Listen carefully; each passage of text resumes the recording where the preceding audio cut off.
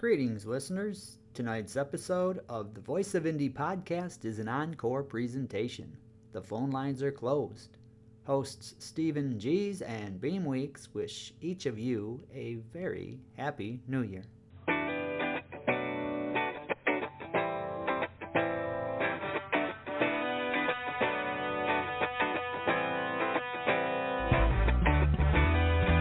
It's time for Voice of Indie.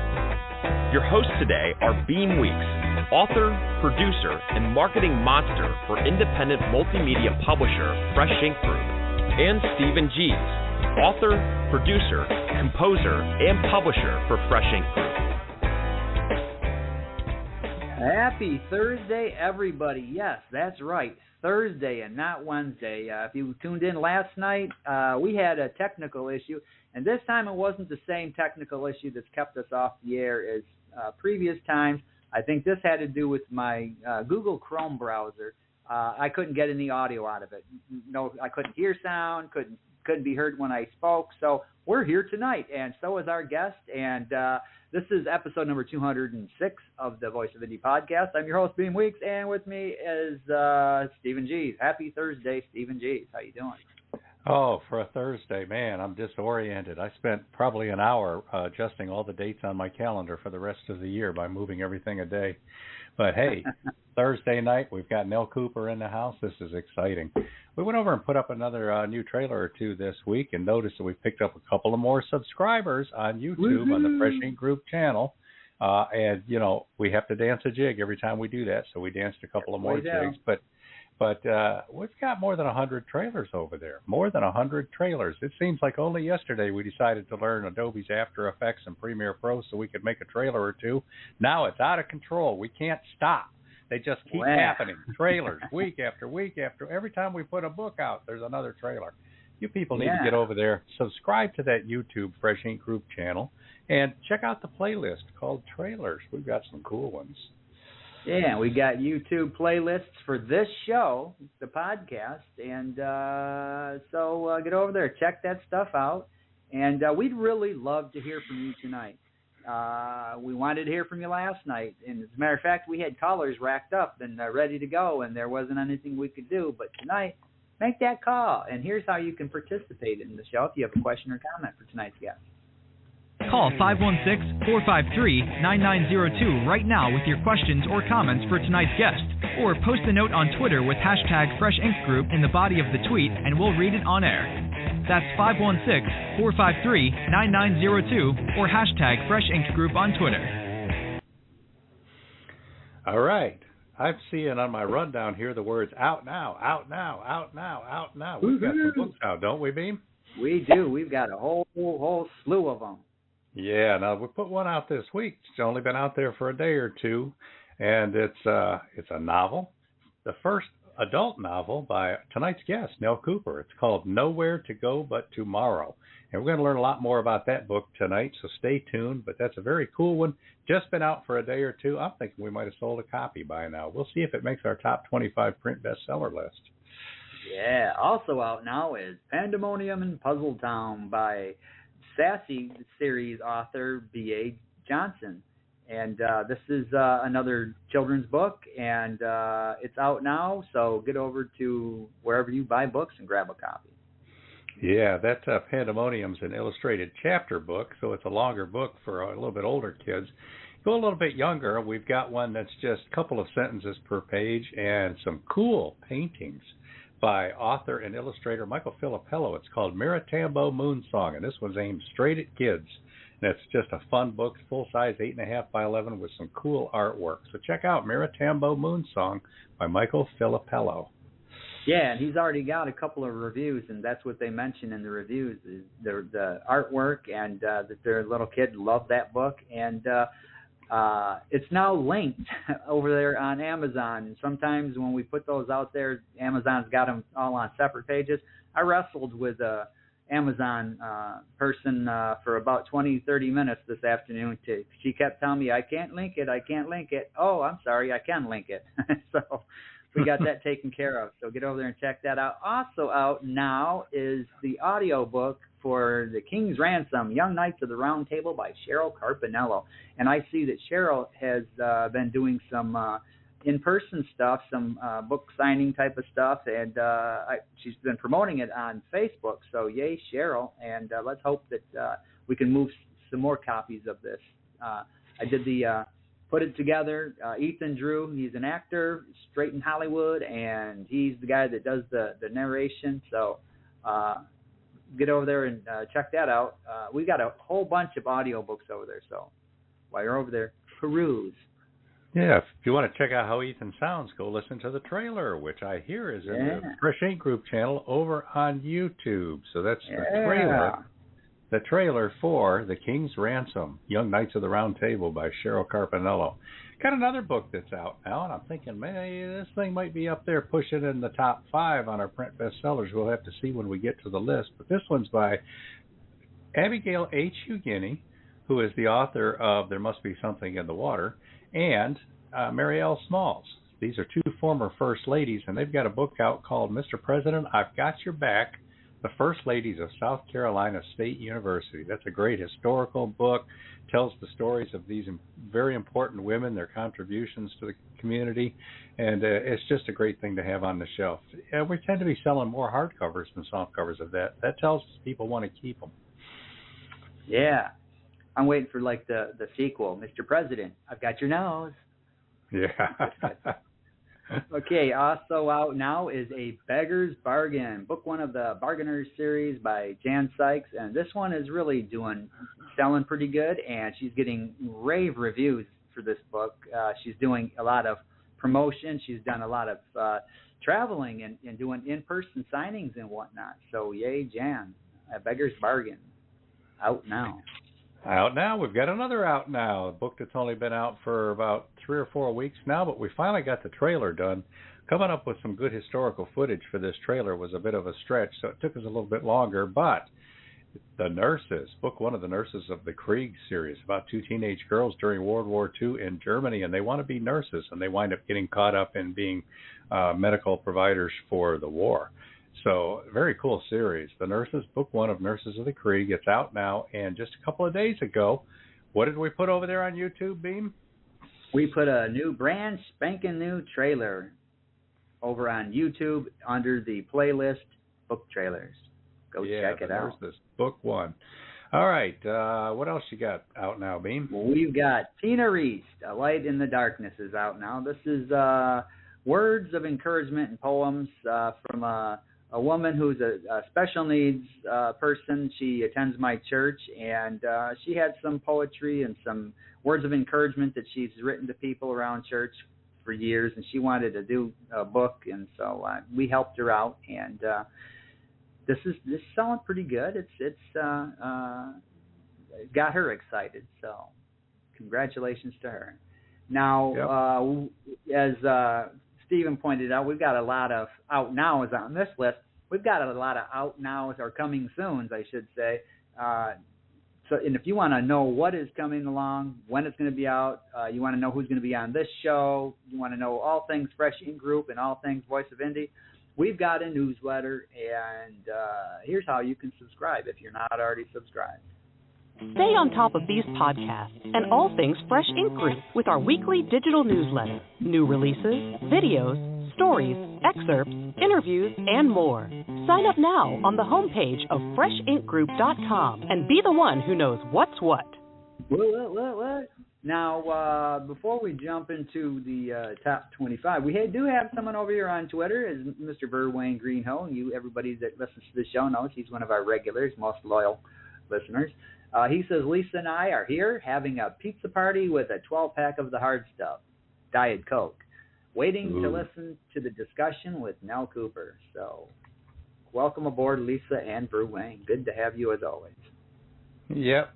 Wishing you the best, Verwayne. Know you've had some challenges the past couple of weeks. All right, let's take a quick look at the top 25 print bestsellers from Fresh Ink Group and see what fit of our favorite books or authors have made the list. Speaking of college football, Dave Hooker's Celebrate 98, the untold stories behind the Tennessee Football Vols' 1998 National Championship, as the hardcover collector's edition is coming in at our number 25 slot. Number 24, Pandemonium in Puzzle Town, the paperback edition of B.A. Johnson's new illustrated chapter book for kids about inclusion and fitting in.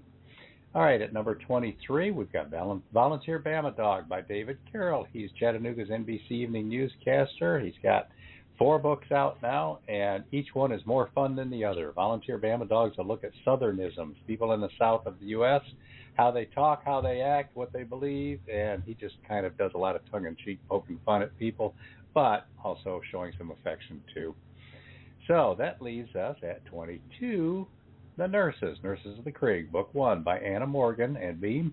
That's the hardcover edition of a lengthy novel that has quite a page count and a little bit of a price tag on it. So the hardcover edition is moving on that one. 21, Still Not Enough, Minority Millennials in the Workforce by Janelle Jordan. That's the paperback edition. And then above that, one of our favorite authors, Gwen M. Plano, The Soul Whisperer's Decision. That's a bit of a Sophie's Choice, a supernatural thriller where a woman has to choose between her husband and her children after a terrible accident. So, moving above that at 20. I think we're at 25, 4, 3, 2, 1. No, I think we're about 18, something like that. I can't see numbers, so I'm just trying to remember. We've got Celebrate 98 again. This is the paperback edition, the untold stories behind the Tennessee Football Vols' 1998 National Championship. And then above that, at, I think, 17, we've got Into Autumn, a story of survival by Larry Landgraf. Beam, this has been riding on here for, 4 or 5 weeks now? Yeah, and that's an older book. Yeah, and that's the first of 4 of his dystopian sci-fi future series. Each one is named after a different season of the year, and the first one in the series, Into Autumn, has made our top 25 print bestsellers. That leads us to, I think, about 16. I Won't Be Your Scapegoat, David Carroll's Homemade Social Media Blunders, another David Carroll book. This one is especially fun. He makes fun of all kinds of errors, misspellings, and things that people have posted where they didn't quite really know what they were putting up there, but we can have a laugh at it at their expense. All right, at 15, Daddy Yo-Yo and the Legendary Marble Tournament by Dr. Janice D. Toney.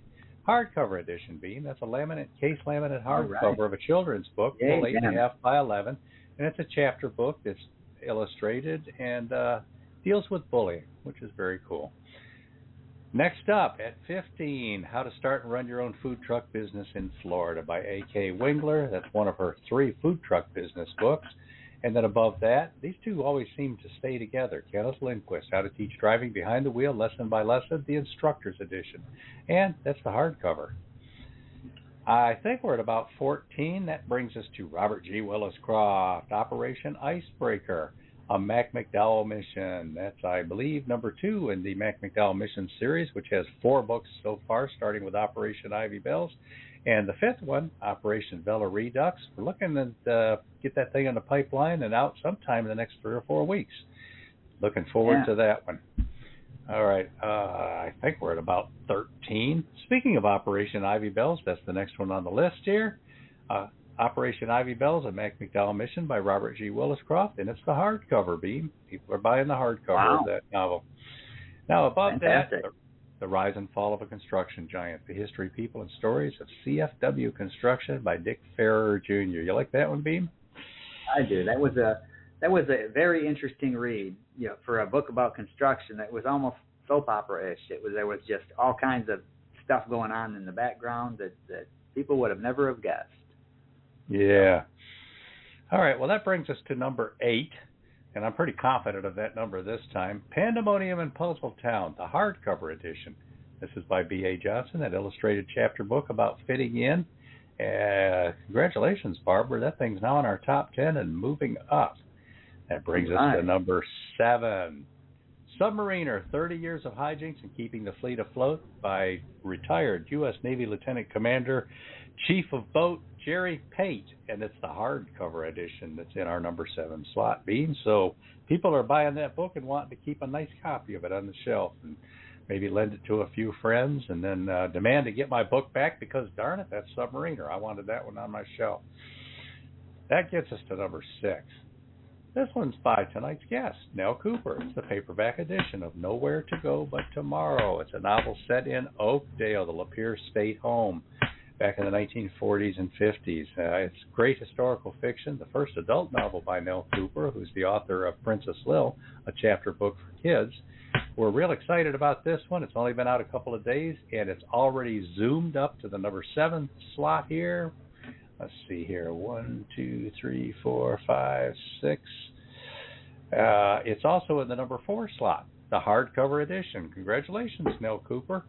You've got the number 4 and 6 slots of our top 25 print bestsellers for this week for a book that's only been out for a couple of days, and the hardcover is outselling the softcover, which we don't often see with novels or any kind of fiction, really, but hey, this is really cool. Now, what's between those? Jan Sykes, of course. Which book would that be, Beem? Hey, Beggar's Bargain. Yeah, book 1 of the Bargainers series. That one's been out for about a month and a half, and it's still doing very well, and right now it's at our number 5 slot. That brings us to the top 3.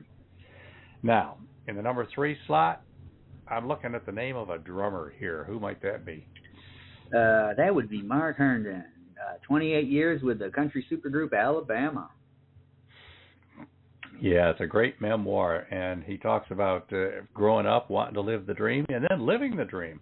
And he made some mistakes, and not everything went as great. A lot of it did, a lot of it didn't, but he tells the whole story, takes responsibility, and takes the high road. So it's a cool memoir that's kind of high class. It's just a fun story.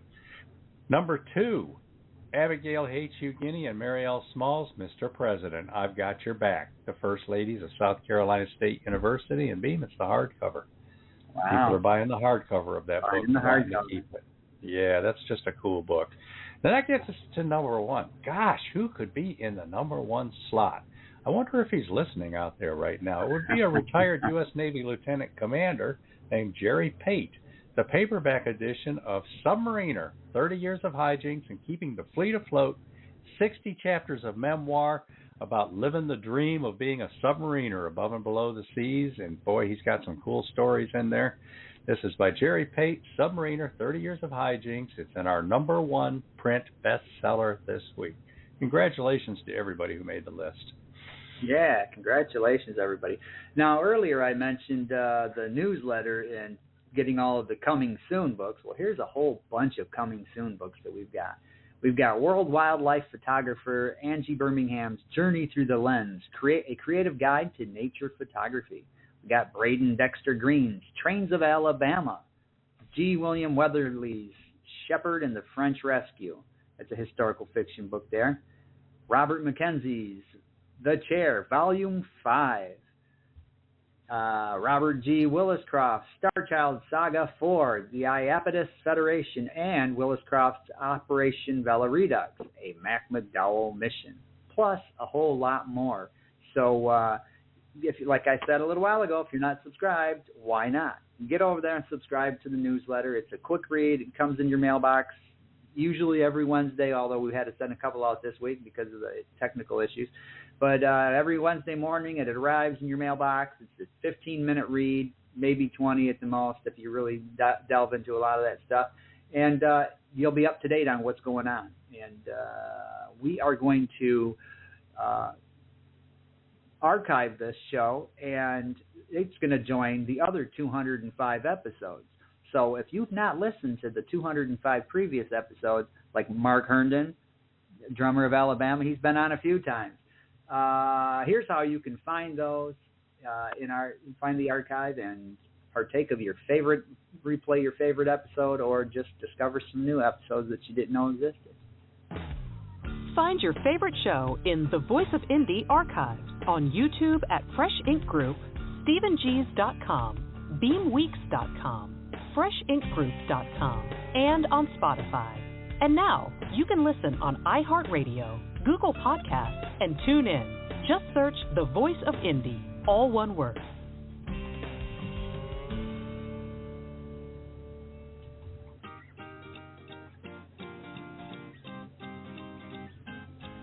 An illustrated fantasy for children, Miratambo Moonsong is a magical and uniquely told story about the clock of Miratambo. Struck by a bolt of lightning at 3:02, the clock of Miratambo has stopped ticking. What will the Zinkle-Quinkles of the town do? The kind Grand Baron who gave the clock to the town many blue moons ago sees what happens and sends a comet to the clock to save it from being silenced forever. When the moon is over Grand Shiloh Rise, will the clock come to life again with music and light and sound? Beautifully illustrated by author and artist Michael Filippello, Miratambo Moonsong is proudly published in case laminate hardcover, glossy softcover, and all ebook formats. Introduce your favorite kids to the Zinkle Quinkles and Miratambo Moonsong.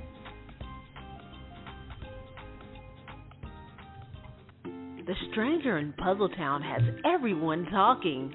When he gets off the bus, his frumpy old suitcase simply says Kevin. He looks normal, but in a town where everybody has knobs, Kevin has no knobs. He's too different. Where can he live? Who would ever want to be his friend?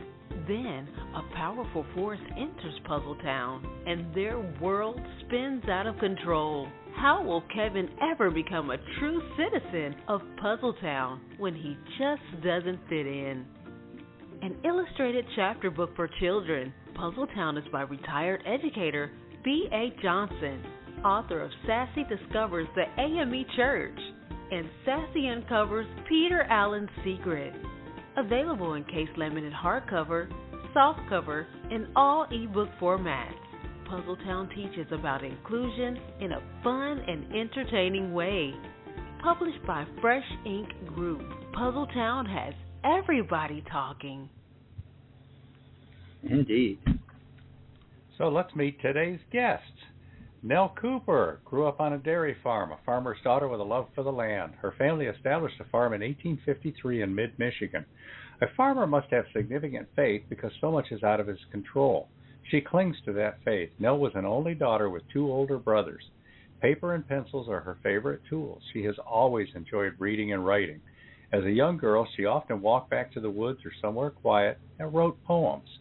She married and had two children. When they entered school, she attended college and became a registered nurse and completed a BSN program at the University of Michigan, Flint. She has practiced in several different areas of nursing and served as a parish nurse for 14 years. Her grandfather and father collected and told stories about antiques. That's interesting. They taught young Nelle that the story of family is precious. She enjoys cooking and believes that a recipe is a place to start. She enjoys gardening and will never, not ever, plant flowers in rows. She collects seeds from year to year and hangs her laundry outside in the sunshine. October is her favorite month of the year. Nelle Cooper lives in Michigan with her husband. Welcome to the show, Nelle. Welcome now. Thank you. Okay, so I'll take the first question then. You live in Michigan. Hello, fellow Michigander. Hey. And you're here.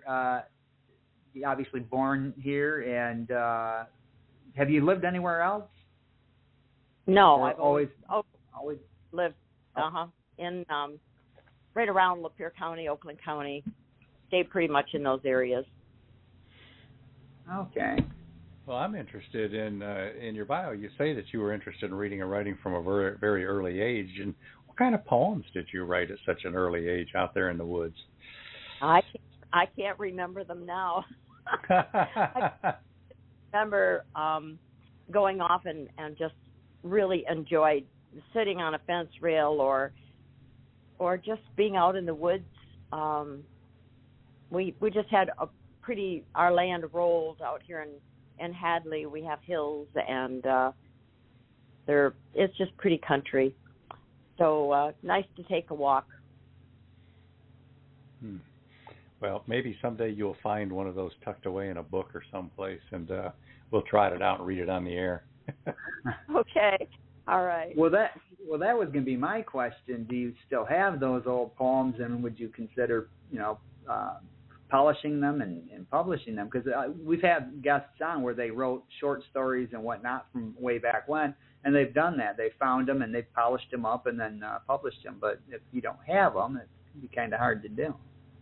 No, I don't have the poems, but I do have a collection of short stories that I've worked on over the last few years. And one of the things I find is that neighborhoods are very interesting. When I grew up, our neighborhood was rural, but it was very accepting of people. And I found out when I went to high school that people viewed people differently. We just all everybody had about the same level of income, and our families were pretty much the same. So it wasn't until I got to high school that I met kids that did different things than we did. And tennis, I mean, people played tennis. That was new to me. People went bowling. On the farm, we worked. So some of those things were kind of new to me to find. And so I guess I kind of related in a way to my protagonist in my book, because she had to learn a lot of things for the first time too, and I could understand that. I could relate to that. Now, speaking of your education, Stephen touched on you went to University of Michigan Flint, and then you just mentioned high school.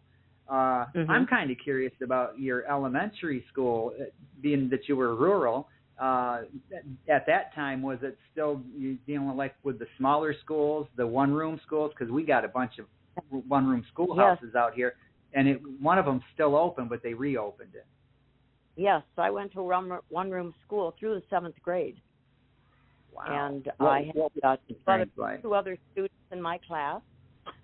We had 18. My husband always laughs that when we went to high school, we had more kids on our bus than we'd ever had in our school. We did. We averaged about 18 to 20 kids in our school of 8 grades. And so going to high school was a really big deal. I went to high school in the 8th grade. I went to Lapeer in the 8th grade. And 30 kids, I think there was close to 30 kids in my classroom. And that was just all the same age. Wow, overwhelming. Yeah. And just moving from room to room and through the high school and riding the bus and all of those things. Just a lot of people, a lot of kids, and a lot to get used to. It was quite a culture shock going from a school where you only had 2 classmates to having, and that was only one room. We had 2 rooms of 8th grade. So we had a lot of kids. By the time we got to high school, senior, we had a lot of kids. So that was different.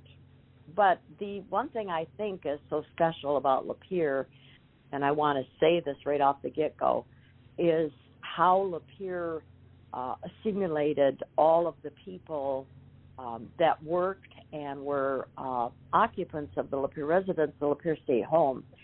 Many people came out and took their family members out on Sunday.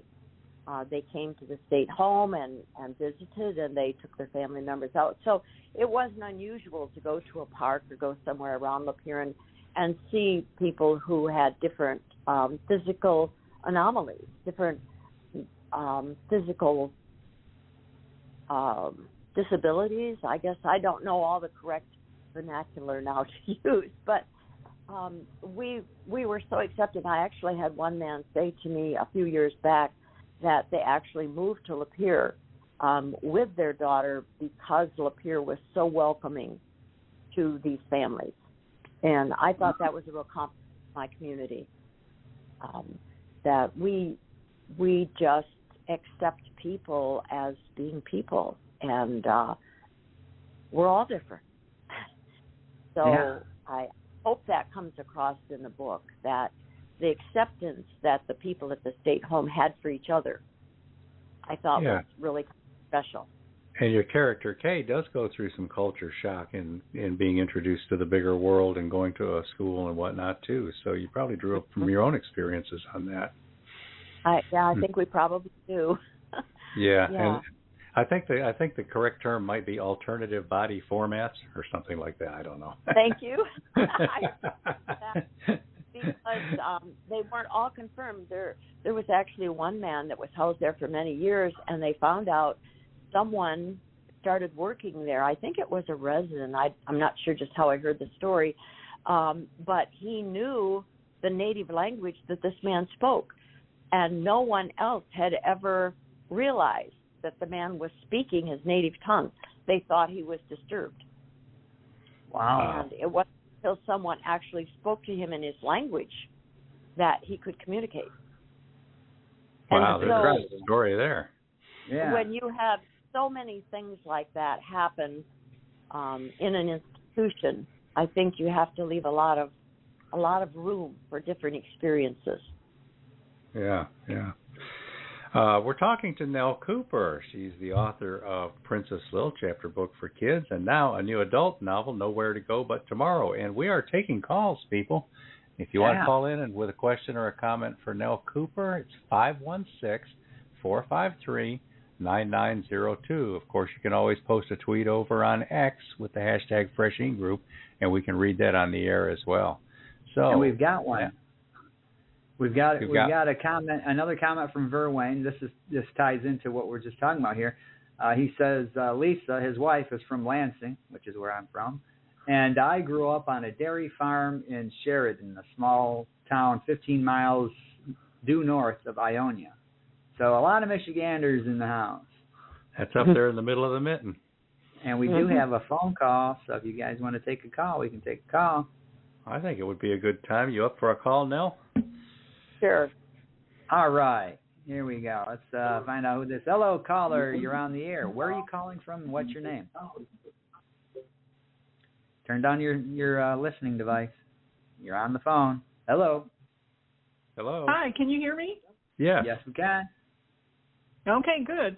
My name's Judy. I'm a friend of Nelle Cooper, and I was wondering how she got the inspiration for her book. Okay, good. I'm a friend of Nelle Cooper. And you want to turn your listening device down in the background. How she got the inspiration for her book. Yeah. Did you get that question now? Yes, I think I got the question. It was, it happened one day as I was driving. They put a new road over the railroad track through the state-owned property, and as I was driving across that area, it just occurred to me what would happen if someone had been housed there and were totally functional and had above average IQ. How would being institutionalized affect their life? And my background is psychiatric nursing, so I just found that question very intriguing, and I started seeking information from people I knew who had worked there and friends in mental health nursing, and I just started probing and finding out what would be the impact of being housed in an institution from infancy on, and how would that affect a child's development. And so that's how the story came about. All right. I'm not sure if that caller just dropped. A call just dropped, and we had two of them on there, and I'm not sure which one is one. Is this the same caller that we were just talking to? Judy? Judy? No, this is Susanna. Hi, Susanna? Yes. Hi. Okay. Hi. Well, so I'm also. You're on the air, so go ahead. Yes, thank you. I'm also in Michigan. I'm a colleague of Nell's, and I had a question. If she had ever based a character on a real person, did they read the book and recognize themselves? Ooh. That happens quite a bit. Have any ponies read your first book? No. All of my characters are fictionalized. And I kind of alluded to that when I made the reference to my husband saying, is this somebody I should know, or is this somebody that you just thought up? And so I think as you write, your characters take on different characteristics of people that you've met in your lifetime. And certainly I've met a lot of people in almost 40 years of nursing, professional work. I've met a lot of people.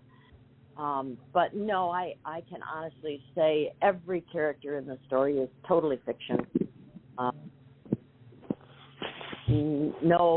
Nobody that I know of resembles anybody that I know. So, yeah, it's totally working. All right. Well, You got another question, we, Susanna? we look forward to reading the book. Haven't gotten a chance yet, but we heard about the podcast, so we wanted to listen and support. So we're enjoying it. Thank you. Well, we appreciate having you in the audience tonight and for calling. All right. So, callers, we still got plenty of time here if you want to call in, 516-453-9902. We're talking to Nelle Cooper. All right, so Nelle, you want to brag on your family a little bit? You got a husband, a couple of kids. Are they up to no good, or can we think of some good things to say? Well, I got great-grandbaby number 15 and great-grandbaby number 16 coming this year. Oh, wow. We have a large blended family, and we're so blessed. Yep, we get to see everybody, and yep, it's exciting to watch your children parent and your grandchildren parent. It's truly a blessing. So, what kind of path did your kids follow? Oh, my daughter has her PhD in nursing, and my son has a master's, and he worked for the Secretary of State of Michigan.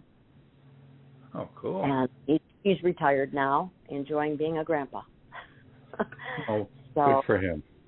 Yeah, they both are really enjoying their lives. I wanted to share. Oh, go ahead. No, go ahead. No. Just wanted to share briefly about the Lapeer State Home, that it opened in 1895, and it opened under the name of Michigan Home for the Feeble-Minded and the Epileptic. In 1913, it became the Michigan Home and Training School. In 1937, it became the Lapeer State Home and Training School.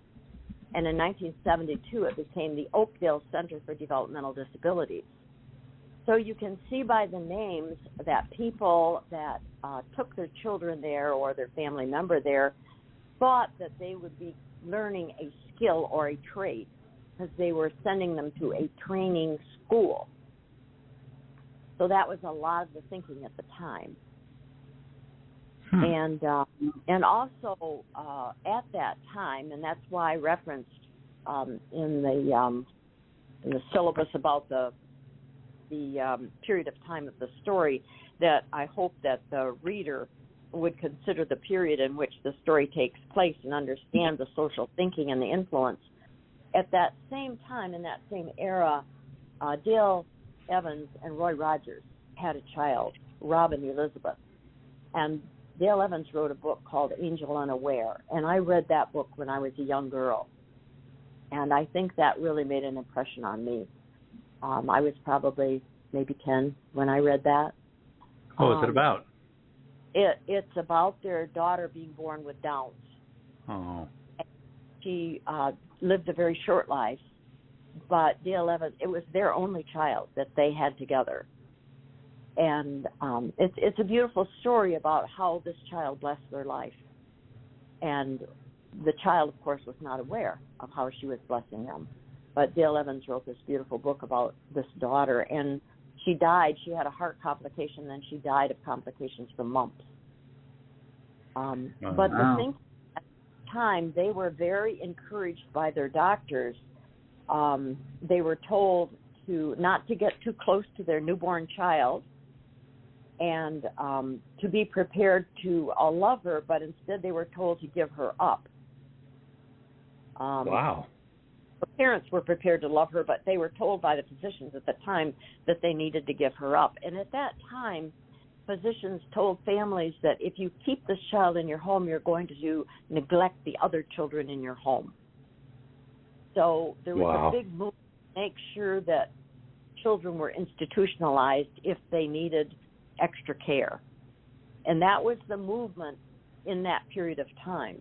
So this is like even in the 50s. This was in the 50s that this happened with Dale Evans and Roy Rogers. So if people can understand how we are influenced now by social media in the decisions that families make, they can look back and see how these families were influenced. And I had a couple mothers share their stories with me.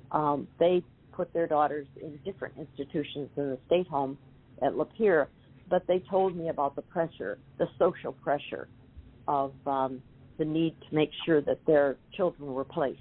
That's the word they used, placed. So much, it's so different now, and the support networks are so much different. Wow. So the book is Nowhere to Go But Tomorrow, and it's your first adult novel. I think we should go ahead and play the trailer for it now, and this will be the world premiere. Even Nelle Cooper has not heard this yet. So I have not heard. So let's learn more about this book, and then we'll come back and talk to Nelle Cooper with lots of questions about it. And if you want to call in and talk to Nelle, it's 516-453-9902.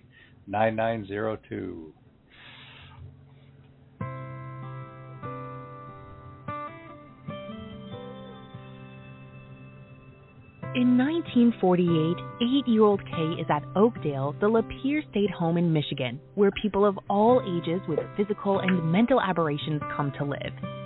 Kay wonders why she is here and if she will ever leave. She cares for an infant who will not let anyone else feed her, and she has friends, especially a boy her age she calls Toe. When Kay and Toe grow close as teens, she discovers the home has scheduled surgery that will change her life. With the clothes she's wearing and the file containing her life story, Kay flees late one dark night. Toe tries to chase after her, but a fateful accident robs him of the chance to seek the love of his life. Will Kay ever experience the kind of family she has longed for? Published in jacketed hardcover, softcover, and all ebook editions by Fresh Ink Group, Nelle Cooper's Nowhere to Go But Tomorrow is a historically accurate coming-of-age story about identity, belonging, and learning to choose one's own destiny. Read Nelle Cooper's Nowhere to Go But Tomorrow. Ooh, I got to read that. Yeah. All right. So how about we talk a little bit about this book now, Nelle? How about we talk about how did this come about? Well, actually, tell us about what the story's about first. A little more detail than we just heard. Yeah. Well, in that period of time, and even before, children were considered adults at 14, and they went out to work. I mean, in the average rural area, they either worked on a family farm, and most often once they got 14, they went off and worked in other areas. So there was a lot of expectation from young people to be able to work. And so at the home, they had all of these facilities. It was a self-contained facility. They had a laundry, they had a bakery, they had school, they had so many different buildings, and they kept increasing in size. And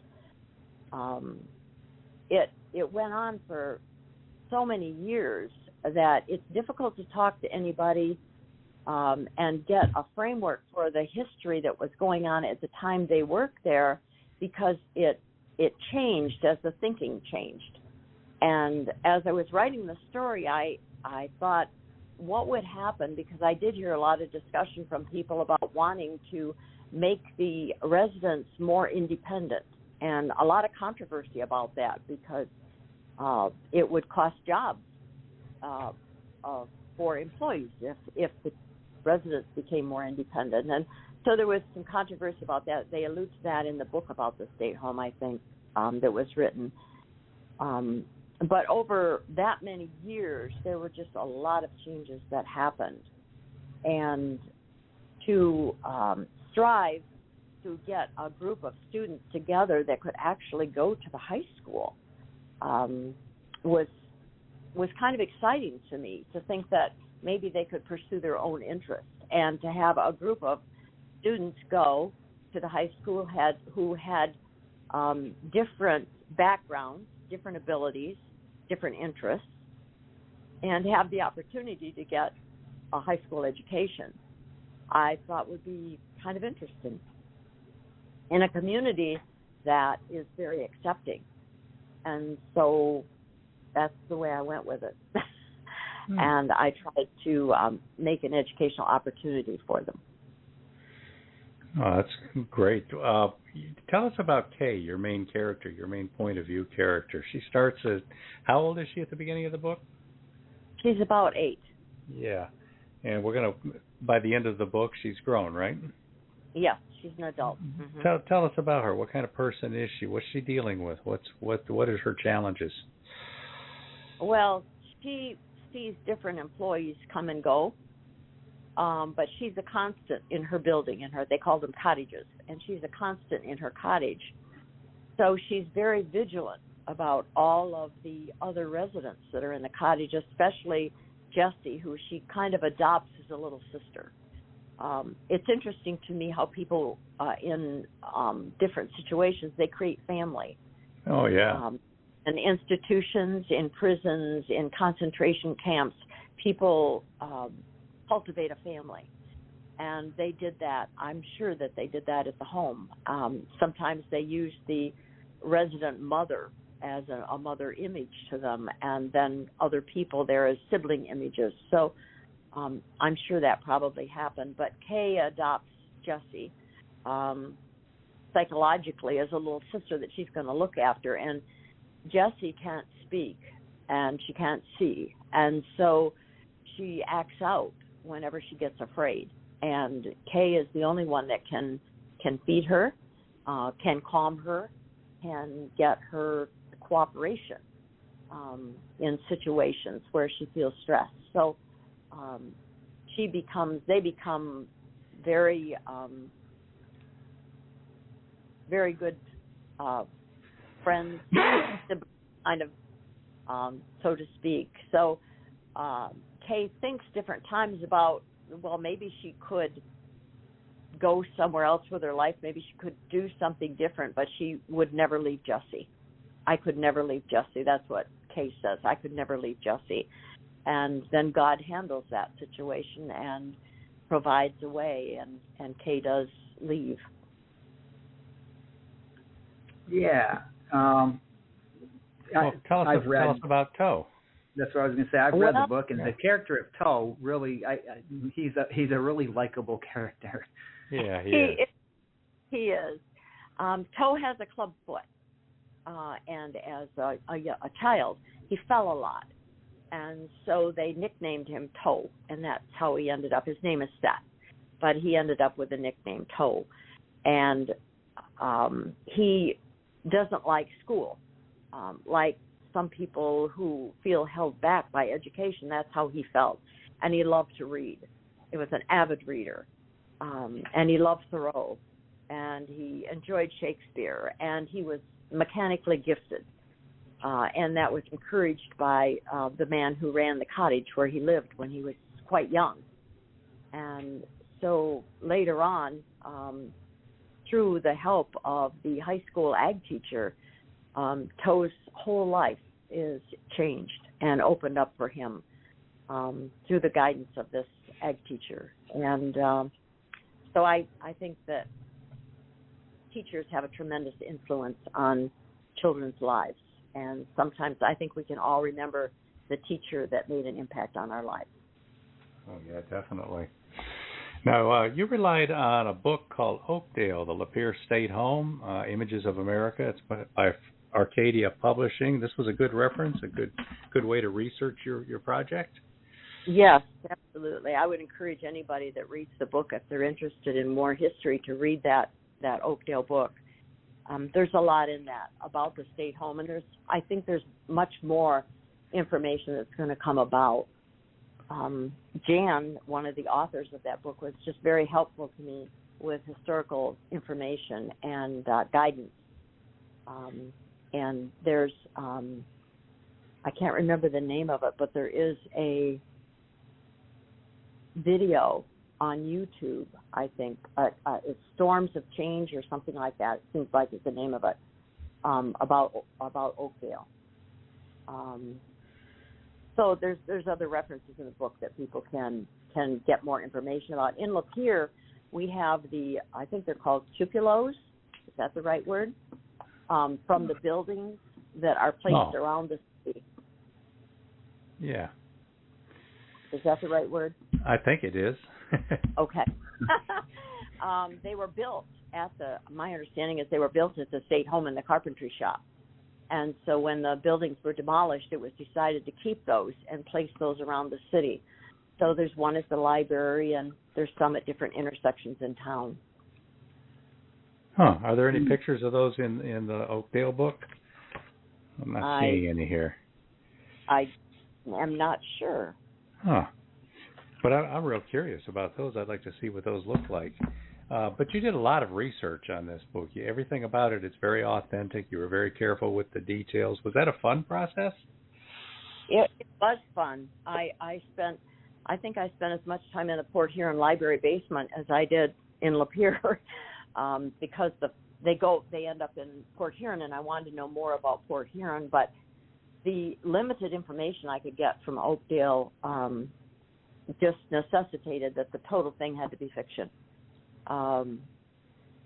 To write the history of something that went from, I think, from 1895 on until the time that it finally closed, that's a long period of time and a lot of different scenarios politically, and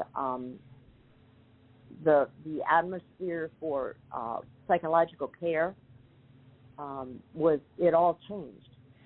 And at the time, we now have a lot of medications we can use, and anti-anxiety drugs, and just a lot of different things. But if you think about a population of over 4,000 without those resources, you can really imagine more the kind of care that the people had to have.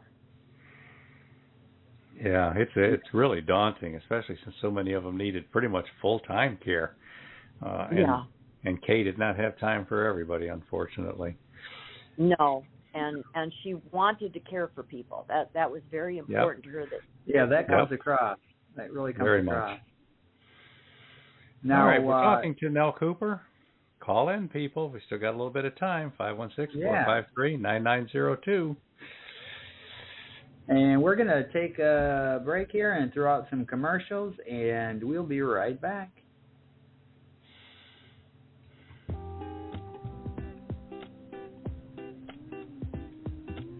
Mr. President, I've got your back.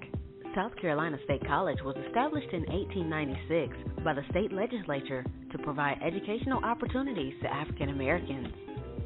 The college is situated on land acquired by the state from the United Methodist Church in 1869. Thomas E. Miller was named the first president.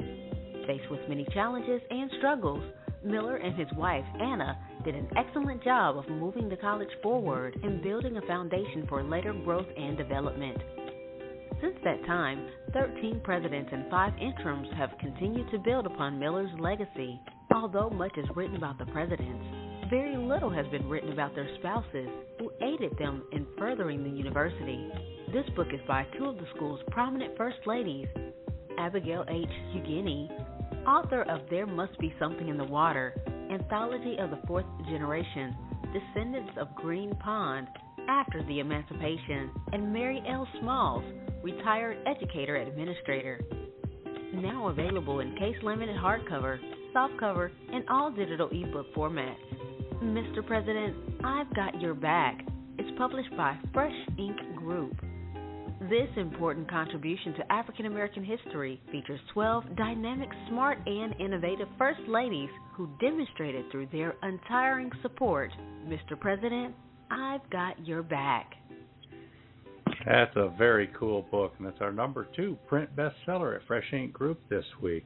And we're talking to Nelle Cooper. And Nelle, we're going to talk about your first book in a couple of minutes here, Princess Lil. But there's a couple more things we wanted to ask you, too.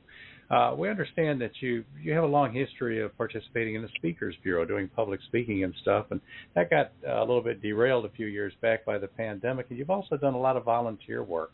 Why don't you tell us about some of those things you've been involved in? Oh.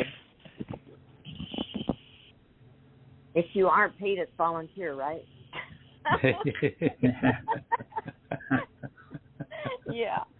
Yeah. Well, I came back from a American Christian Fiction Writers in Denver in, let's see, I want to say it was 2008 maybe. I'm not too sure. And several times out there I heard reference to Toastmasters.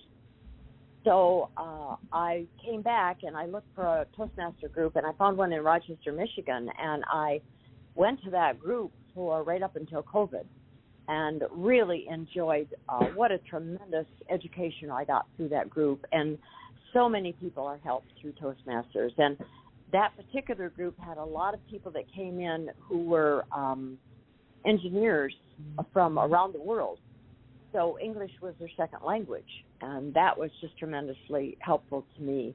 I mastered the storytelling skills there for Toastmasters and proceeded to do my public speaking and storytelling with that. I take my spinning wheel and I go to schools and senior centers, and men are intrigued with a spinning wheel for some reason. They just really like the way a spinning wheel operates, and so I've been able to take my spinning wheel and my stories and go out to groups and speak for that. And I'm so grateful for all of the help that my friends at Toastmasters gave me to learn my public speaking skills.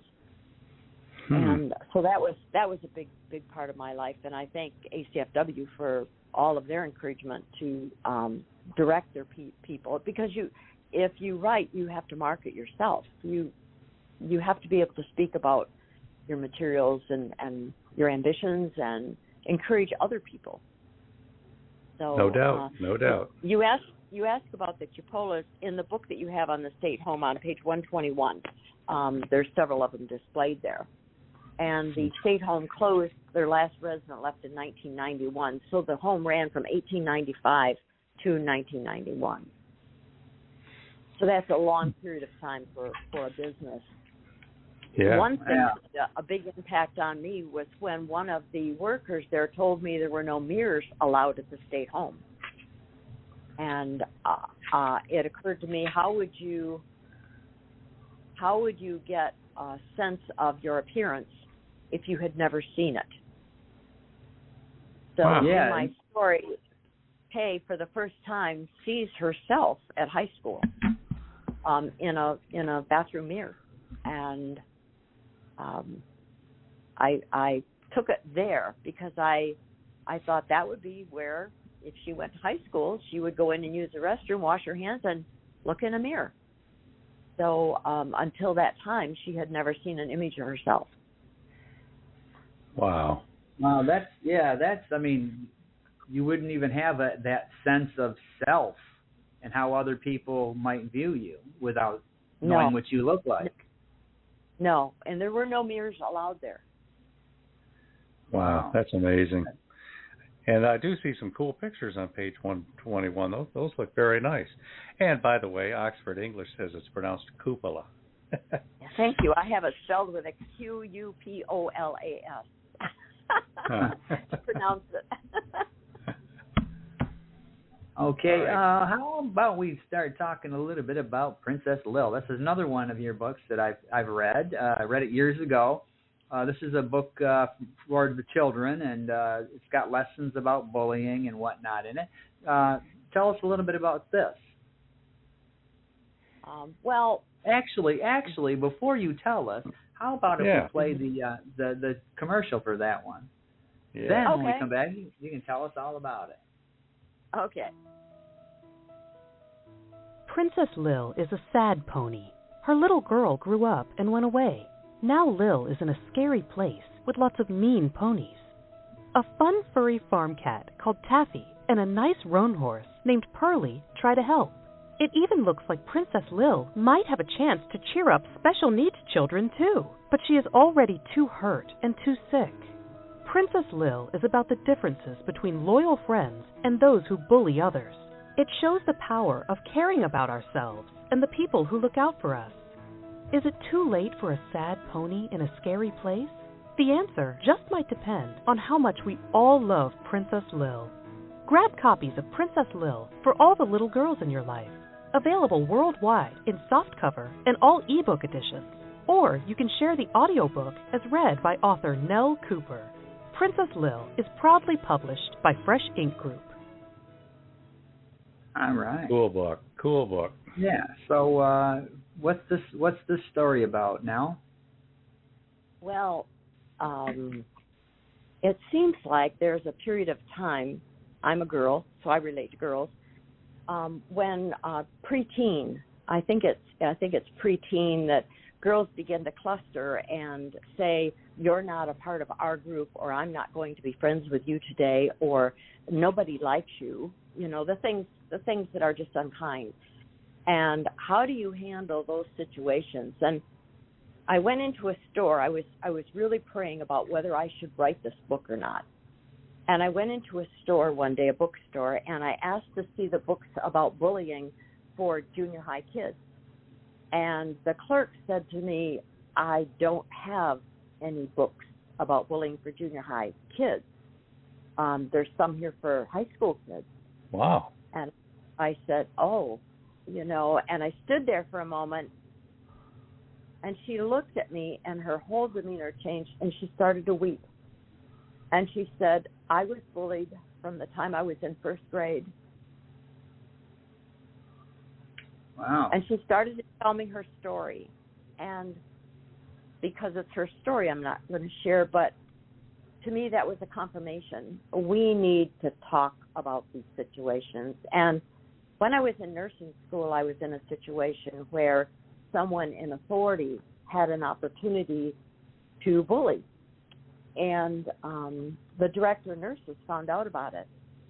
And she got the nurses together, and she said, whenever that situation happens, I want each one of you to come up and stand behind her. Do not speak. And when I saw the power of that, it only took twice. And that person in authority never behaved that way again that I saw. And I thought, if children could learn that, if they could stand behind, I related to that book where she said, Mr. President, I've got your back. I thought if people understood, you don't have to speak to be supportive to another person. All you have to do is let the bully know that behavior is not accepted. And it's powerful. If it can work with adults, it can work with kids. And so I had some opportunities to go out, but it was interesting because I went to a lot of schools asking to share the book and the story, and they didn't want it to get out in the community that they had a bullying problem. And they felt by inviting me to address that in an assembly or even with individual classrooms, that was acknowledging a problem. Wow. And a couple schools that I went to, every year they invited me back. Every year I took my spinning wheel and I took my book. They all read my book before I got there. So I could encourage them to write their stories. In the back of the book, I have a reference to all the different situations in the Bible where other people were bullied in the Bible. And my hope is that children will open a dialogue with their parents. If parents and children read the book together, then they can sit down and talk about it. And if they do this preteen, then they open up the dialogue with their kids, that if this ever happens, if this situation ever happens, come to me. Tell me. We'll try to work something out. But I had parents upset with me because I didn't tell them how to handle the situation. My focus was to get them to establish such a relationship with their children that their children had support if they had to deal with a situation like that. Yeah, and every situation is so different. You can't just give blanket advice. It's got to be personalized.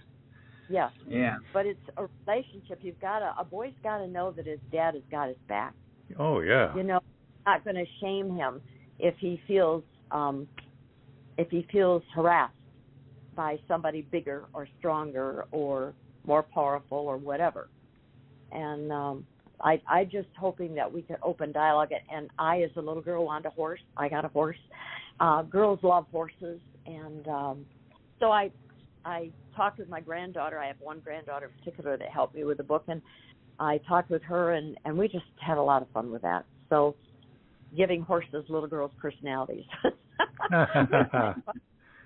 And then through that, through taking my book to different places, I ended up meeting a horse farm where they actually take in abused horses and neglected horses. And then I went to a animal program where they foster animal program where they give away pets, but people have to prove that they can take care of them and so forth, and animal shelter program. And so we got to talk about animals that suffer abuse and just want a loving family. And I met so many interesting people, and it was kind of a spinoff I didn't expect. Wow. Yeah, now this book was published a little over 11 years ago, so it's been out there for a little while. It's available in ebook editions, plus there's a paperback edition. There's also an audio book. Tell us about the audio book. Oh, that was wonderful. WMPC in Lapeer is the oldest continuous Christian broadcasting station in our nation. And I took the book there, and I asked them if they would help me record it. And they did. And they were very excited to do that, and I really, really appreciated it and reciprocated appropriately. But I wanted children who had difficulty reading. I wanted them to be able to read the book, hold the book, turn the pages, and hear it. And I thought if they could do an audio, maybe that would help them with the words and learning to read, being able to hear it. And also, the children that have difficulty in school are most likely to get bullied. So it was kind of a twofold ambition, I guess.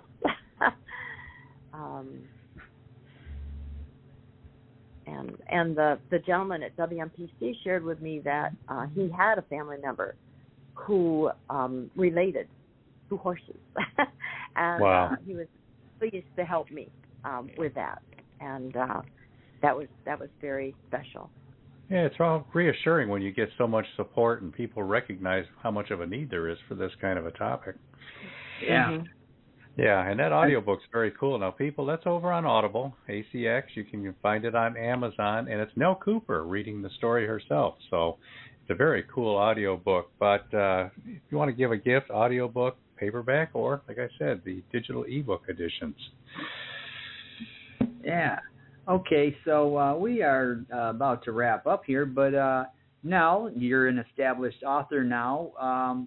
What kind of advice would you give somebody who's just getting started writing, or somebody who's been writing for a while that maybe needs to hear something? I have people come to me often and ask me about writing, and I've been writing for years. But I always tell them, put a stack of index cards in your purse or in your pocket. And anytime you have a few moments, pull out your pen and make some notes. And when you get home, put them in a box. Because you're not going to remember the things you think you're going to remember. The way the light looked on the lamppost, the expression on his face, the sound of her voice.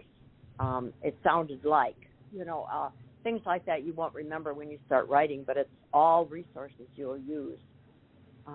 I took note on a couple weeks ago on your broadcast and ordered a couple books that were recommended by the person that you interviewed, Abigail. She recommended the Blueprint to Blueprint Your Bestseller by Horowitz and Story Structure Architect by Schmidt. I think anytime you can have a resource, a reference for a resource, it's good to consider it. No doubt.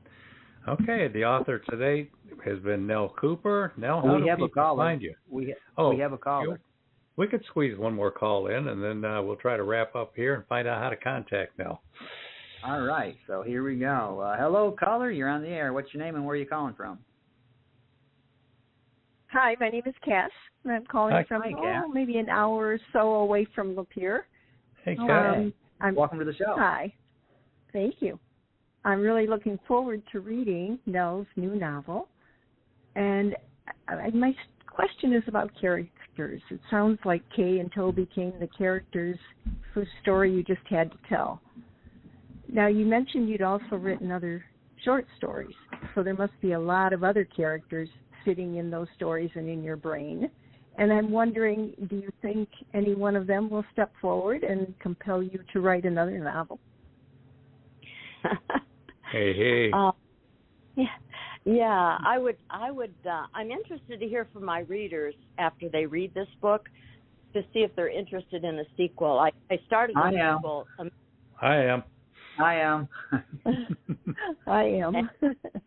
So I started the sequel immediately, and I have, but I just wondered if people were really interested to know how being in the institution is going to affect their relationship as adults. Ooh, very intriguing. Yeah, I have. They'll never completely leave it behind, I assume. You can't. No, and it impacts so many aspects of their life, and I think you'll see that in the story when Kay is trying to cope with all of these children and all these responsibilities she has after she leaves the home, and her struggle to what is a norm, and I think you'll see some of that, and then obviously it'll show up later in their life, but. Yeah, I do have characters. I have a lot of characters that do funny things, you know. Yeah. So, we'll probably see more of them. Well, good. Yeah. Thank you for calling, Cass. Yeah, thanks for calling, Cass. Thank you, Cass. Thank you. Okay, our guest tonight has been Nelle Cooper. Nelle, how do people find you, follow you, contact you? What are your handles, street address? They throw things in your front yard? How do people find you? I'm on Facebook as Nelle Cooper. I have a Facebook page. I have a web page at nellecooper.com. To be clear now, this is Nelle, right? Yes. Nelle Cooper, Cooper. And it is a pseudonym. It is a pen name. And I chose a pen name because my name is German, and it's never pronounced correctly unless you're German. So I, with my husband's blessing, I use a pseudonym. And so I'm on Facebook. I'm on Instagram. Is there any place else? Well, you're going to have a website probably in the next 2 or 3 weeks. Yes, and my website's coming up within the next couple of weeks. Yes. Okay, can you tell us a lot of people listening to this show will be listening in the archives months or even years from now. What will the URL for that website be? NelleCooper.com. Oh, that's tough to remember. Let me write that one down. So that's Nelle Cooper, NelleCooper.com. And, of course, as always, Nelle's a Fresh Ink Group author. We publish her books. And even if it's just a guest on this show, anytime you want to try to reach somebody and don't know how, we've got a contact form at FreshInkGroup.com. We always pass along messages, especially the ones that say, hey, I love your book. So, again, Nelle Cooper, thanks for being on the show. This has been a lot of fun. Thank you, Nelle. Yeah. Okay, all right. So next week we will return again on our usual night Wednesday. So hopefully we've got the little glitch taken care of. This different browser seems to be working. And next week we've got a return visit from the Carters, Rob and Joan Carter. And they have a podcast that airs right before this one. And they're going to jump from that one right into this one. So, and if you want to get the links to their podcast, check out our newsletter. Another reason to subscribe. We put them in there each week, so check that out. And after that's July 24th, and we're going to do a rerun because we're out and about on that day, taking a break. So Annette Rochelle Aben was one of our favorite guests of this past year. We're going to rerun her episode on July 24th. And after that, we've got another return from a good friend of the show, Marlena Smith-Burris. She's got some new stuff out, and we decided to bring her in so she can talk about it. And after that... we go way back with Marlena. Yeah. We've got somebody in August named Noah Asher. He's an author that I'm not familiar with yet. That's one of the fun things about this show. Sometimes it's old friends. Sometimes it's new friends. Sometimes it's people who aren't friends yet but are determined to be. So we're going to meet Noah Asher in August. You got anybody else booked for now, Beem? No, I've got a couple of potentials lined up, and we'll let you know as soon as they come about. So keep your eyes and ears peeled to the newsletter. All right. So thanks again, Nell. It was fun having you on the show. Thanks, Nell. Good night. Yeah. All right. Remember, everybody, the book is Nowhere to Go But Tomorrow by Nelle Cooper. It's out now. Get out there and order your copy. And we got one more commercial to play on the way out, don't we, Beem? We do. So we'll see y'all next week, everybody. All right. Bye, everybody. Bye, Nell. Bye. Bye now. You're listening to The Voice of Indie.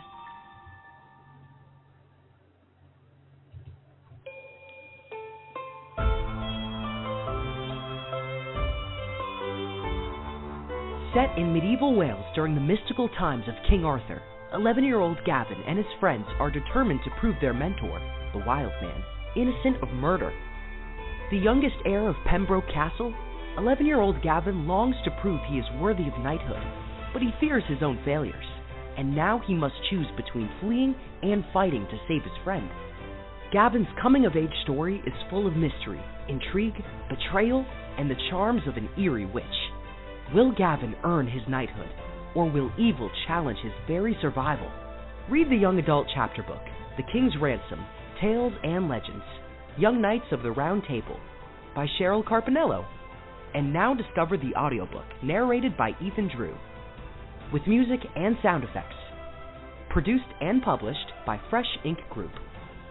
Cheryl Carpinello's King's Ransom, Tales and Legends audiobook is available worldwide.